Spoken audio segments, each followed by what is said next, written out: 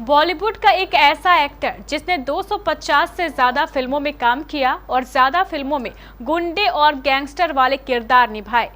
फिल्मों में नेगेटिव और छोटे रोल मिलने पर इस एक्टर ने बॉलीवुड छोड़ने का मन बना लिया था। इस विलेन को पसंद नहीं थी खुद की शक्ल और फिर हुआ कुछ ऐसा।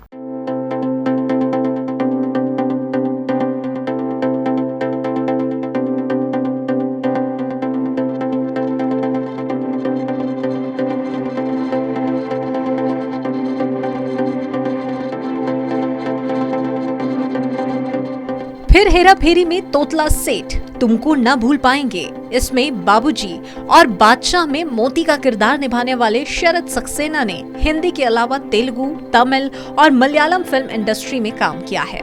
शरद ने बॉलीवुड में 250 से भी ज्यादा फिल्मों में काम किया, जिनमें से ज्यादातर में वह नेगेटिव गुंडा मवाली के किरदार में दिखाई दिए। शरद ने भले ही बॉलीवुड में सैकड़ों फिल्में की हों, पर एक वक्त ऐसा था जब उन्हें खुद से नफरत होने लगी थी।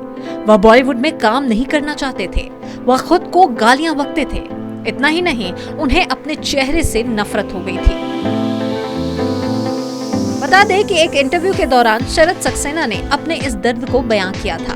उन्होंने बताया कि मुंबई में उन्हें काम नहीं मिलता था, उन्हें सिर्फ फाइट करने को मिलता था।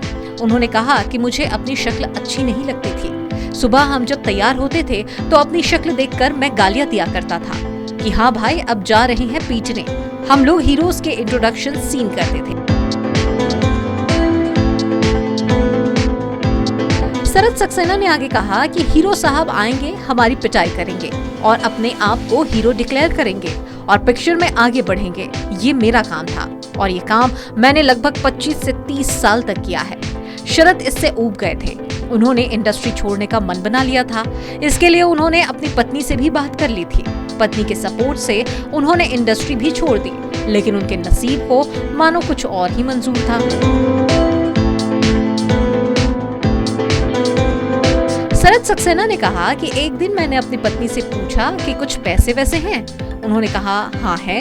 फिर मैंने पूछा कि कितने दिन चलेंगे। उसने कहा चल जाएंगे साल भर। मैंने उस दिन से हिंदी फिल्मों में काम करना बंद कर दिया और ईश्वर की कृपा से 2-3 दिन बाद मुझे कमल हासन के दफ्तर से फोन आया।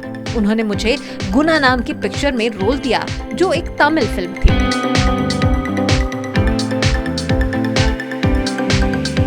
बाकी शरद सक्सेना ने आगे कहा कि पैसे भी अच्छे थे और रोल भी अच्छा था। मैं गया उनके साथ और शूटिंग करने लगा। चेन्नई और कोडाईकनाल में शूट हुई ये फिल्म आखिरकार रिलीज हुई। फिल्म को कई अवार्ड्स भी मिले। इस फिल्म की शूटिंग के दौरान मेरी मुलाकात रामकुमार गणेशन से हुई। उन्होंने मुझसे पूछा कि शरद तुम मेरी तमिल फिल्म में काम करोगे? मैंने तुरंत हाँ कह दिया। उनकी फिल्म का नाम मन्नन था।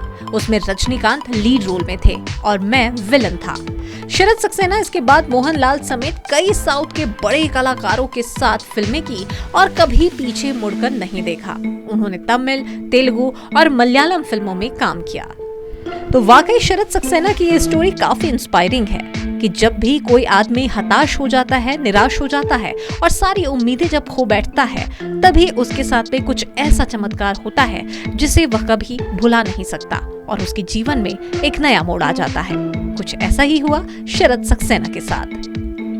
देश और दुनिया की तमाम अपडेट्स के साथ साथ बॉलीवुड गलियारों से जुड़ी ऐसे ही रोचक कहानियों के लिए आप देखते रहिए केबीसी न्यूज। चिलचिलाती गर्मी से बचने का एकमात्र उपाय, घर ले आए सिंगर का कूलर।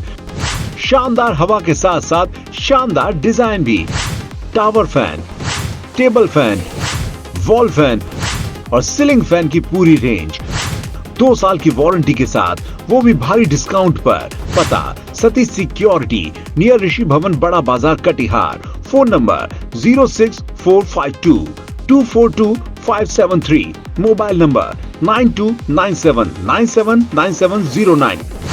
सभी प्रकार के ब्रांडेड एसी, फ्रिज और वॉशिंग मशीन भी भारी डिस्काउंट पर उपलब्ध।